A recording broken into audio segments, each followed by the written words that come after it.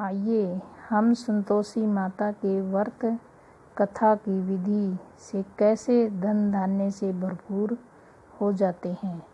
संतोषी माता के व्रत की विधि। संतोषी माता के पिता गणपति और माता रिद्धि सिद्धि है। इनका परिवार धन धान्य, सोना चांदी, मूंगा मोती व रत्नों से भरा है। पिता गणेश की कृपा से दरिद्रता व कलह का नाश, घर में सुख व शांति, बाल गोपाल से भरा परिवार, व्यापार से लाभ ही लाभ, मन की सर्व कामनाओं की पूर्ति और शोक विपत्ति चिंता सब दूर होती है। संतोषी माता का नाम लेने से सब काम बन जाते हैं। कथा प्रारंभ करने से पहले एक पवित्र स्थान पर एक तांबे का कलश जल से भर कर रखें। उस कलश के ऊपर एक छोटी कटोरी में गुड़ व चना रखें। ध्यान रहे प्रसाद सदैव सवाया ही चढ़ाया जाता है। 1.25 रुपया का, 2.5 रुपये का, 1.25 की या 2.5 की आदि अपनी क्षमता के अनुसार ही प्रसाद लें। माता प्रेम व श्रद्धा की भूखी है, मात्रा की नहीं। कथा कहने वाला अपने सीधे हाथ में गुड़ व चना रखें। कथा श्रवण करने वाले समय समय पर संतोषी माता की जय बोलते रहें। कथा समाप्त होने पर आरती करें तथा कलश में रखा जल पहले पूरे घर में छिड़कें तथा शेष जल तुलसी को चढ़ा दें। कथा कहने वाला अपने हाथ में रखा गुड़ व चना गौ माता को खिलाए। इसके पश्चात कटोरी में रखा प्रसाद कथा सुनने वालों तथा घर के सदस्यों में बांट दें। व्रत के दिन माता के प्रति श्रद्धा भाव व प्रेम तथा चित्त प्रसन्न रखना चाहिए। बिना श्रद्धा व भक्ति के व्रत का फल प्राप्त नहीं होता। जितने शुक्रवार व्रत करने का संकल्प किया हो वह समय पूरा होने पर उद्यापन करना आवश्यक है। उद्यापन में 2.5 सेर खाजा, मोइन वाली पूड़ी, खीर, चने का साग नैवेद्य रखें। घी का दीपक, धूप व अगरबत्ती जलाएं तथा संतोषी माता की जय का जयकारा बार बार बोलें तथा नारियल फोड़ें। घर में तथा पड़ोस के बच्चों को बुलवाकर भोजन करवाकर यथाशक्ति दक्षिणा दें। दक्षिणा में पैसे न देकर कोई वस्तु दें। इस दिन घर में कोई खटाई का सामान न बनाए। व्रत करने वाला न तो स्वयं खाए और न किसी स्वयं अन्य को खिलाए। व्रत करने वाला कथा सुने, प्रसाद लें, एक समय भोजन करें। शास्त्र विधि के अनुसार करने से संतोषी माता प्रसन्न होगी, दुख दरिद्रता दूर होगी तथा व्रतकर्ता की मनोकामना पूर्ण होगी। संतोषी माता की कथा का प्रारंभ। एक बुढ़िया के 7 बेटे थे। 6 बेटे कमाने वाले थे और 1 बेटा निकम्मा था। बुढ़िया 6 पुत्रों के लिए रसोई बनाती, भोजन कराती और उसका जो कुछ जूठा बचता उसे 7वें को दे देती। 7वां पुत्र भोला भाला था। वह इसका सबका मन में कुछ विचार न करता। एक दिन वह अपनी पत्नी से बोला, देखो मेरी माता का मुझ पर कितना प्रेम है। वह बोली, क्यों नहीं, सबका जूठा बचा हुआ तुमको खिलाती है। वह बोला, ऐसा नहीं हो सकता, मैं जब तक आँखों से न देखूं मान नहीं सकता। पत्नी ने हंस कर कहा, देख लोगे तब तो मानोगे। कुछ दिन बाद एक बड़ा त्योहार आया। घर में 7 प्रकार के भोजन और चूरमा के लड्डू बने। वह पत्नी की बात को जांचने के लिए सिर दर्द का बहाना बनाकर पतला कपड़ा सिर पर ओढ़कर रसोई में जाकर सो गया और कपड़े में से सब देखता रहा। छहों भाई भोजन करने आए। वो उसने देखा माँ ने उनके लिए सुंदर सुंदर आसन बिछाए, 7 प्रकार की रसोई परोसी और आग्रह करके उन्हें भोजन कराती रही। वह देखता रहा। छहों भाई भोजन कर उठ गए। तब माता ने उनकी थालियों में से लड्डुओं के टुकड़ों को उठाया और एक लड्डू बनाया। जूठन साफ कर माँ ने उसे पुकारा, उठ बेटा, 6 भाई भोजन कर गए, अब तू ही बाकी है, उठ भोजन कर ले। उसने कहा, माँ मुझे भोजन नहीं करना, मैं परदेश जा रहा हूँ। माँ ने कहा, कल जाना हो तो आज ही जा। वह बोला, हाँ हाँ जा रहा हूँ। यह कहकर वह घर से निकल गया। चलते समय उसे अपनी पत्नी की याद आई। वह गौशाला में कंडे थाप रही थी। वहाँ जाकर वह बोला, मेरे पास तो कुछ नहीं है, यह अंगूठी है, सो ले लो और अपनी कोई निशानी मुझे दे दो। वह बोली, मेरे पास क्या है, यह गोबर भरा हाथ है। यह कहकर पत्नी ने उसकी पीठ पर गोबर के हाथ की थाप मार दी। वह चल दिया। चलते चलते दूर देश में पहुंचा। वहाँ एक साहूकार की दुकान थी। वहाँ जाकर बोला, सेठ जी मुझे नौकरी पर रख लो। साहूकार को नौकर की सख्त जरूरत थी। साहूकार ने कहा, काम देखकर तनख्वाह मिलेगी। उसने कहा, सेठ जी जैसा आप ठीक समझें। उसे साहूकार के यहाँ नौकरी मिल गई। वह प्रातः 6 बजे से रात्रि 11 बजे तक काम करने लग गया। कुछ दिन में दुकान का लेन देन, हिसाब किताब, ग्राहकों को माल बेचना, सारा काम करने लगा। साहूकार के 6-7 नौकर थे। वे सब चक्कर खाने लगे, यह तो बहुत होशियार बन गया है। सेठ ने भी उसका काम देखा और 3 महीने में ही उसे मुनाफे का हिस्सेदार बना दिया। परिश्रम करते करते 12 वर्ष में ही वह नगर का नामी सेठ बन गया और सेठ अपना सारा कारोबार उस पर छोड़कर बाहर चला गया। इधर उसकी पत्नी पर क्या बीती वह सुने। सास ससुर उसे दुख देने लगे। सारी गृहस्थी का काम करवाकर उसे लकड़ी लेने जंगल में भेजते। इस बीच घर की रोटियां के आटे से जो भूसी निकलती उसकी रोटी बनाकर रख दी जाती और फूटे नारियल की नरेली में पानी दिया जाता। इस तरह दिन बीतते रहे। एक दिन वह जंगल में लकड़ी लेने जा रही थी। रास्ते में बहुत सी स्त्रियां संतोषी माता का व्रत करती दिखाई दी।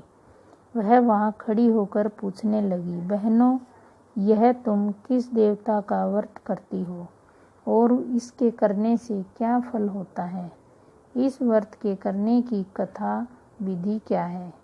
यदि तुम अपने इस व्रत का विधान मुझे समझा कर कहोगी तो मैं तुम्हारा बड़ा एहसान मानूंगी। उनमें से एक स्त्री बोली, सुनो, यह संतोषी माता का व्रत है। इसके करने से निर्धनता, दरिद्रता का नाश होता है, लक्ष्मी आती है, मन की चिंताएं दूर होती हैं, घर में सुख होने से मन को प्रसन्नता और शांति मिलती है, निपुति को पुत्र मिलता है, प्रीतम बाहर गया हो तो शीघ्र लौट आता है, कुंवारी कन्या को मनपसंद वर मिलता है, राजद्वार में बहुत दिनों से मुकदमा चलता हो तो खत्म हो जाता है, कलह क्लेश की निवृत्ति हो, सुख शांति हो, घर में धन जमा हो, धन जायदाद का लाभ होता है और भी मन में जो कुछ कामना हो सब संतोषी माता की कृपा से पूरी हो जाती है, इसमें संदेह नहीं है। वह पूछने लगी, यह व्रत कैसे किया जाता है, यह भी बताओ तो बड़ी कृपा होगी। वह स्त्री कहने लगी, बिना परेशानी, श्रद्धा और प्रेम से जितना भी बन सके प्रसाद लेना। 5.25 पैसे से 5.25 आने तथा जिससे ज़्यादा शक्ति और भक्ति के अनुसार गुड़ और चना ले। हर शुक्रवार को निराहार रहकर कथा कहना सुनना, इसके बीच कर्म न टूटे। लगातार नियम पालन करना। सुनने वाला कोई न मिले तो घी का दीपक जलाकर उसके आगे जल के पात्र को रख कथा कहना। संतोषी माता की जय। परंतु नियम न टूटे। जब तक कार्य सिद्ध न हो नियम पालन करना और कार्य सिद्ध होने पर व्रत का उद्यापन करो। 3 मास में माता पूरा फल प्रदान करती है। यदि किसी के खोटे ग्रह हो तो भी माता 1 वर्ष में अवश्य सिद्ध करती है। कार्य सिद्ध होने पर ही उद्यापन करना चाहिए, बीच में नहीं। उद्यापन में 2.5 सेर आटे का खाजा तथा इसी अनुसार खीर तथा चने का साग बनाना। 8 बच्चों को भोजन कराना। जहाँ तक मिले देवर जेठ भाई बंधु कुटुंब के लड़के लेना। न मिले तो रिश्तेदारों और पड़ोसियों के लड़के बुलवाना। इन्हें भोजन करा यथाशक्ति दक्षिणा दे। माता का नियम पूरा करना। उस दिन घर में कोई खटाई न खाए। यह सुन वह वहाँ से चल दी। रास्ते में लकड़ी के बोझ को बेच दिया और उन पैसों से गुड़ चना ले माता के व्रत की तैयारी कर आगे चली। सामने एक मंदिर देख लोगों से पूछने लगी, यह मंदिर किसका है? सब कहने लगे, यह संतोषी माता का मंदिर है। संतोषी माता की जय। यह सुन वह माता के मंदिर में जा माता के चरणों में लौटने लगी। विनती करने लगी, माँ मैं दीन हूँ, निपट मूर्ख हूँ, व्रत के नियम कुछ नहीं जानती, मैं बहुत दुखी हूँ। हे माता जगत जननी, मेरा दुख दूर कर, मैं तेरी शरण में हूँ। माता को दया आ गई। संतोषी माता की जय। एक शुक्रवार बीता कि दूसरे शुक्रवार को ही उसके पति का पत्र आया और तीसरे शुक्रवार को उसका भेजा हुआ पैसा आ पहुंचा। यह देखकर जेठानी मुंह सिकोड़ने लगी। इतने दिनों बाद इतना पैसा आया, इसमें क्या बढ़ावा है? लड़के ताने देने लगे। काकी के पास अब पत्थर आने लगे, रुपया आने लगा। अब तो काकी की खातिर बढ़ेगी। अब तो काकी बुलाने से भी नहीं बोलेगी। बेचारी सरलता से कहती, भैया पत्थर आए, रुपया पैसा आए, सबके लिए अच्छा है। ऐसा कहकर आंखों में आंसू भरकर संतोषी माता के मंदिर में जा मातेश्वरी के चरणों में गिरकर रोने लगी। माँ मैंने तुमसे पैसा नहीं मांगा, मुझे पैसे से क्या काम है? मुझे तो अपने सुहाग से काम है। मैं तो अपने स्वामी के दर्शन और सेवा मांगती हूँ। तब माता ने प्रसन्न होकर कहा, जा बेटी तेरा स्वामी जल्दी आएगा। यह सुन खुशी से बावली हो वह घर आकर काम करने लगी। संतोषी माता का विचार करने लगी, इस भोली पुत्री से मैंने कह तो दिया तेरा पति शीघ्र आएगा, पर आएगा कहाँ से? वह तो इसे सपन में भी याद नहीं करता। संतोषी माता की जय। उसे इसकी याद दिलाने तो मुझे ही जाना पड़ेगा। संतोषी माता उस बुढ़िया के बेटे के पास जा सपन में प्रकट हो गई। कहने लगी, साहूकार के बेटे सोता है या जागता है? उसने कहा, माता सोता भी नहीं जागता भी नहीं, बीच में हूँ। कहिए क्या आज्ञा है? माँ ने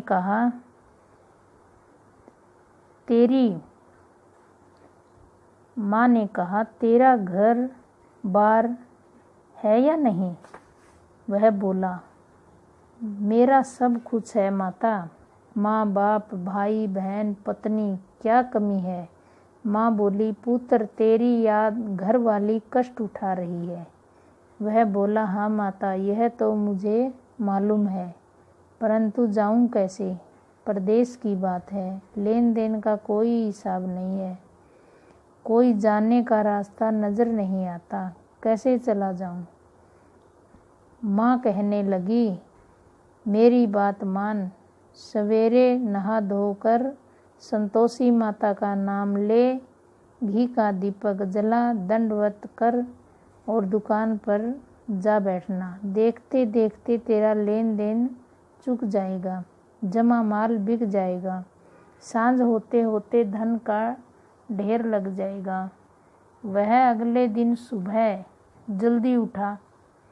उसने अपने मित्र, बंधुओं, परिचितों से सौपन में माता द्वारा कही गई बात कह सुनाई। वे सब उसकी बात सुनकर उसकी खिल्ली उड़ाने लगे।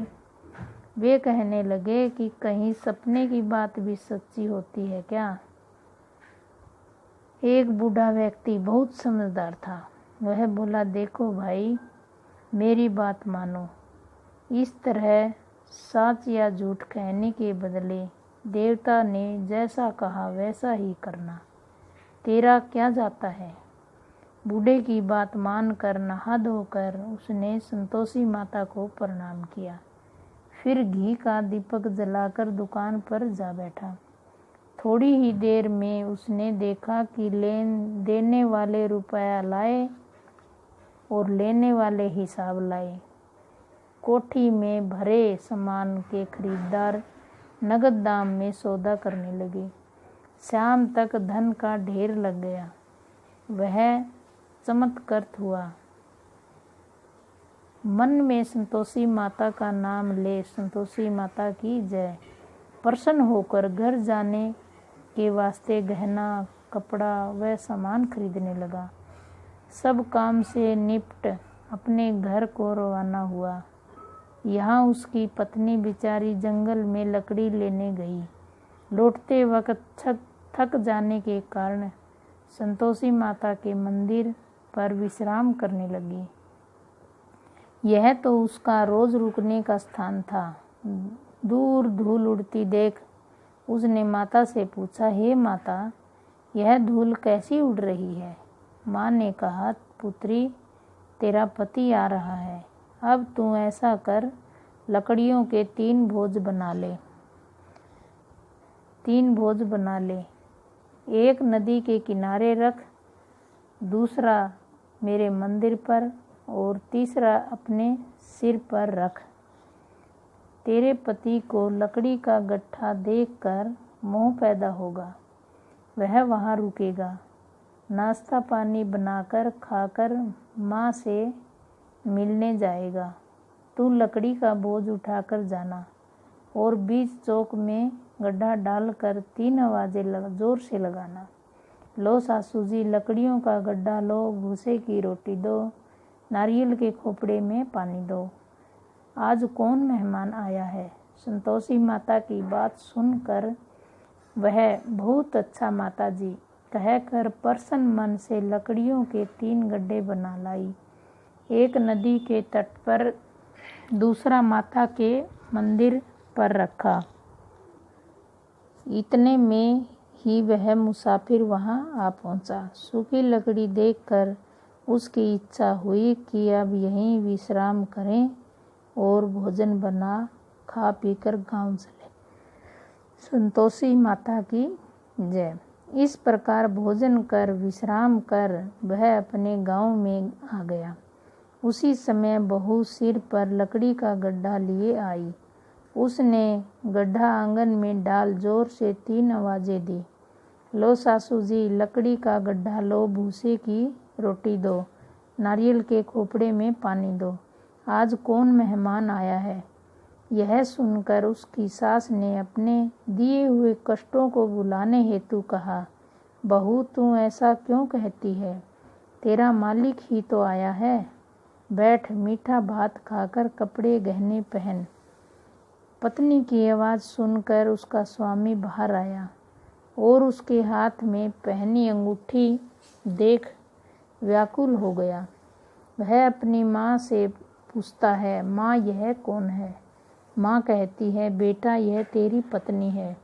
आज 12 वर्ष हो गए जब से तू गया है, तब से सारे गांव में जाकर जानवर की तरह भटकती फिरती है। काम काज घर का कुछ नहीं करती, 4 समय आकर खा जाती है।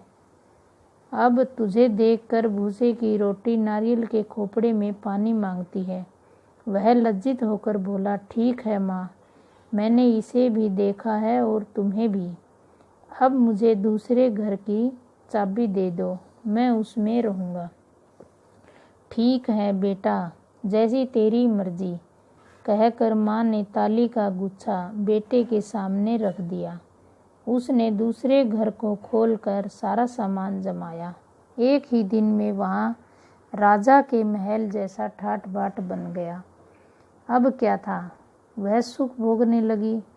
अगला शुक्र आया तो पत्नी ने अपने पति से कहा, मुझे संतोषी माता का उद्यापन करना है। संतोषी माता की जय। उसका पति बोला, बहुत अच्छा, खुशी से कर ले। वह उद्यापन की तैयारी करने लगी। जेठ के लड़कों को भोजन के लिए कहने गई। उन्होंने मंजूर किया, परंतु पीछे से जेठानी ने अपने बच्चों को सिखाया, देखो रे, भोजन के समय सब लोग खटाई मांगना, जिससे इसका उद्यापन पूरा न हो। लड़के भोजन करने आए, खीर पेट भर कर खाई, परंतु बात याद आते ही कहने लगे, हमें कुछ खटाई खाने को दो, खीर खाना हमें भाता नहीं, देख कर अरुचि होती है। भोजन कर लड़के उठ खड़े हुए, बोले, पैसे लाओ। भोली बहू कुछ जानती न थी, उसने उन्हें पैसे दे दिए। लड़कों ने बाजार जाकर उन पैसों से इमली खरीदी और खाई। यह देखकर बहू पर माताजी ने कोप किया। राजा के दूत उसके पति को पकड़कर ले गए। जेठ जेठानी मन माने खोटे वचन कहने लगे। लूट लूट कर धन इकट्ठा कर लाया था, सो राजा के दूत उसे पकड़कर ले गए। अब सब मालूम हो जाएगा। जब जेल की रोटी खाएगा। बहू से यह वचन सहन नहीं हुआ। वह संतोषी माता के मंदिर में गई और कहने लगी, माता, तुमने यह क्या किया? हंसाकर क्यों रुलाने लगी? माता बोली, पुत्री, तूने उद्यापन करके मेरा व्रत भंग किया है, इतनी जल्दी सब बातें भुला दी। वह कहने लगी, माता, भूली तो नहीं हूँ, न कुछ अपराध किया है, मुझे तो लड़कों ने भूल में डाल दिया, मैंने भूल से उन्हें पैसे दे दिए, मुझे क्षमा करो माता। माँ बोली, ऐसी भी कहीं भूल होती है, वह भोली थी। माँ, अब भूल नहीं होगी। अब बताओ मेरे पति कैसे आएंगे? माँ बोली, पुत्री, जा, तेरा पति तुझे रास्ते में ही आता मिलेगा। वह मंदिर से निकलकर बाहर आई तो रास्ते में उसे अपना पति आता हुआ मिला। उसने पूछा, तुम कहाँ गए थे? वह कहने लगा, इतना धन जो कमाया है उसका कर राजा ने मांगा था, वह भरने गया था। वह प्रसन्न होकर बोली, भला हुआ, अब घर चलो। फिर अगला शुक्रवार आया। वह बोली, मुझे माता का उद्यापन करना है। पति ने कहा, ठीक है, करो। वह फिर जेठ के लड़कों से भोजन करने को कहने गई। जेठानी ने उसे 1-2 बातें सुनाई और लड़कों को सिखा दिया कि तुम पहले ही खटाई मांगना। लड़के भोजन करने बैठे परंतु भोजन करने से पहले ही कहने लगे, हमें खीर पूरी नहीं भाती, जी बिगड़ता है, कुछ खटाई खाने को दो। बहू बोली, खटाई खाने को नहीं मिलेगी, खाना हो तो खाओ। उनके लड़के उठकर चले जाने पर उसने ब्राह्मणों के लड़कों को बुलाकर भोजन कराया, दक्षिणा भी दी। दक्षिणा की जगह एक एक फल उन्हें दिया। इससे संतोषी माता प्रसन्न हो गई। माता की कृपा से 9 माह बाद उसको चंद्रमा के समान एक सुंदर पुत्र प्राप्त हुआ। पुत्र को लेकर वह प्रतिदिन संतोषी माता के मंदिर में जाने लगी। माँ ने सोचा कि रोज आती है, आज क्यों न मैं ही इसके घर चलूं, इसका आसरा देखूं तो सही। यह विचार कर माता ने भयानक रूप बनाया। गुड़ और चने से सना मुख, उस पर सूंड के समान होठ, उस पर मक्खियाँ भिनभिना रही थी। दहलीज में पैर रखते ही उसकी सास चिल्लाई, देखो रे, कोई चुड़ैल डाकिनी चली आ रही है, लड़कों इसे भगाओ, नहीं तो सबको खा जाएगी। लड़के डरने लगे, चिल्ला चिल्ला कर खिड़की बंद करने लगे। बहू रोशनदान से देख रही थी, प्रसन्नता से पागल होकर चिल्लाने लगी, आज मेरी माता मेरे घर आई है। यह कहकर दूध पीते बच्चे को गोद से उतार दिया। इस पर उसकी सास क्रोध में भरकर बोली, मरी रांड, इसे देखकर कैसी उतावली हुई जो बच्चे को पटक दिया। इतने में माँ के प्रकोप से जहाँ देखो वहाँ लड़के ही लड़के नजर आने लगे। बहू बोली, माँ जी, मैं जिनका व्रत करती हूँ यह वही संतोषी माता है। इतना कह उसने झट से घर के सारे किवाड़ खोल दिए। सब ने माता के चरण पकड़ लिए, संतोषी माता की जय, और विनती कर कहने लगे, हे माता, हम मूर्ख हैं, अज्ञानी हैं, तुम्हारे व्रत की विधि हम नहीं जानते। तुम्हारा व्रत भंग कर हमने बड़ा अपराध किया है। हे माता, आप हमारे अपराधों को क्षमा करो। इस प्रकार बार बार कहने पर संतोषी माता प्रसन्न हुई। इसके बाद उसकी सास कहने लगी, हे संतोषी माता, आपने बहू को जैसा फल दिया वैसा सबको देना। जो यह कथा सुने या पढ़े उनका मनोरथ पूर्ण हो। बोलो संतोषी माता की जय। अगर आपको ये वीडियो पसंद आई हो तो लाइक करें, शेयर करें, सब्सक्राइब करें और साथ के साथ बेल आइकन को दबाएं ताकि हमारी वीडियो की नोटिफिकेशन सबसे पहले आप तक पहुंचे। धन्यवाद। आइए